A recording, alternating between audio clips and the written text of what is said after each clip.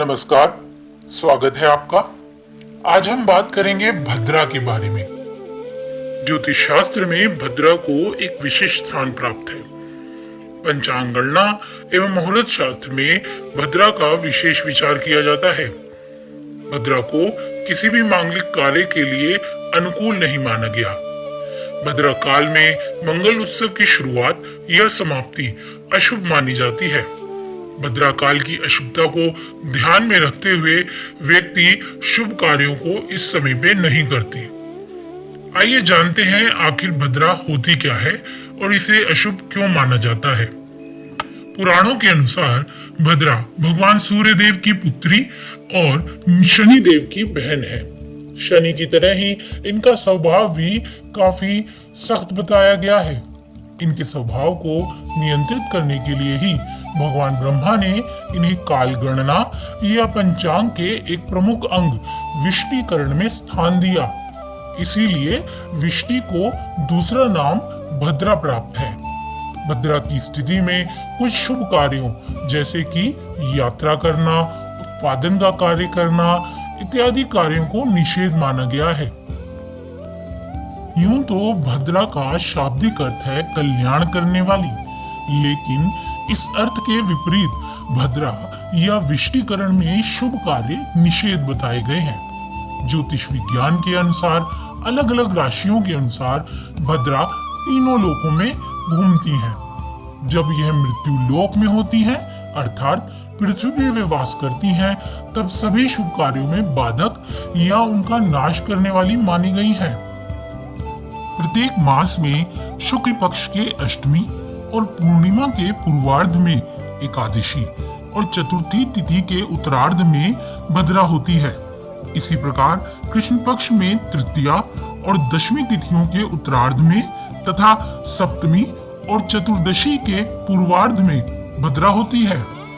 शुक्ल पक्ष में चतुर्थी तिथि के 5वें प्रहर की, अष्टमी के दूसरे प्रहर की, एकादशी के 7वें प्रहर की तथा पूर्णिमा के चौथे प्रहर के आदि की 5-5 घटी और कृष्ण पक्ष में तृतीया के 8वें प्रहर की, सप्तमी के तीसरे प्रहर की, दशमी के 6ठे प्रहर की तथा चतुर्दशी के प्रथम प्रहर के आदि की 5-5 घटी भद्रा का मुख होता है।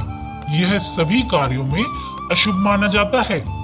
यदि भद्रा पुच्छ की बात करें तो शुक्ल पक्ष में चतुर्थी के 8वें प्रहर की, अष्टमी के प्रथम प्रहर की, एकादशी के 6ठे प्रहर की, पूर्णिमा के तीसरे प्रहर की अंतिम 3-3 घटी तथा कृष्ण पक्ष में तृतीया के 7वें प्रहर की, सप्तमी के दूसरे प्रहर की, दशमी के 5वें प्रहर की तथा चतुर्दशी के चौथे प्रहर की अंतिम 3-3 घटी भद्रा की पुच्छ होती है। भद्रा का पुच्छ भाग शुभ माना गया है। दिन में भद्रा हो तो उसका उत्तरार्ध तथा रात्रिगत भद्रा का पूर्वार्ध शुभ कारक माना गया है।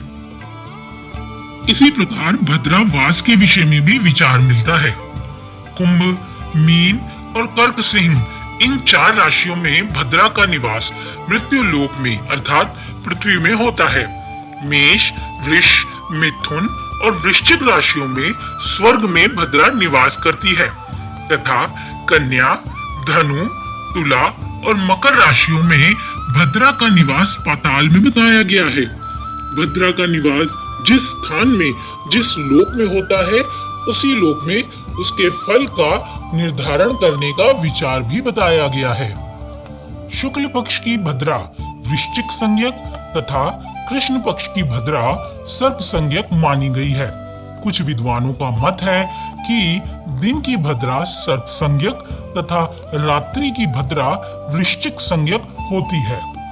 सर्पणी भद्रा का मुख तथा वृश्चिकी भद्रा का पुच्छ घातक माना गया है, अतः उसी का त्याग करने की बात भी कही जाती है। मुहूर्त चिंतामणि और अन्य ग्रंथों के अनुसार भद्रा में कई कार्यों को निषेध माना गया है, जैसे कि मुंडन संस्कार, गृह का आरंभ करना, विवाह का संस्कार, गृह में प्रवेश करना, रक्षा बंधन, शुभ यात्रा, नए व्यवसाय का आरंभ करना, इन सभी मंगल कार्यों में भद्रा वर्जित मानी गई है।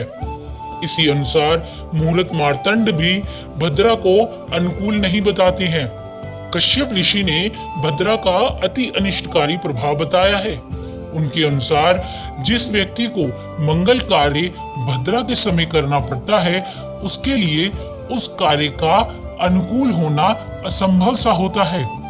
यदि अनजाने में ही भद्रा में कोई कार्य हो पाए तो भी उसका फल निष्फल ही प्राप्त होता है। इन सबके बावजूद भद्रा को कुछ स्थानों कार्यों के लिए उपयुक्त भी माना गया है।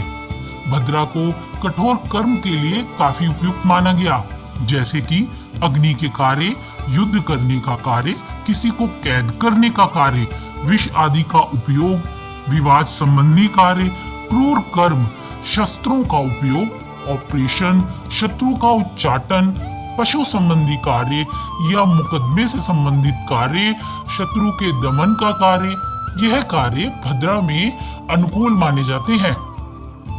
अतः इन बातों का ध्यान रखते हुए भद्रा विचार को विशेष स्थान प्राप्त है। धन्यवाद।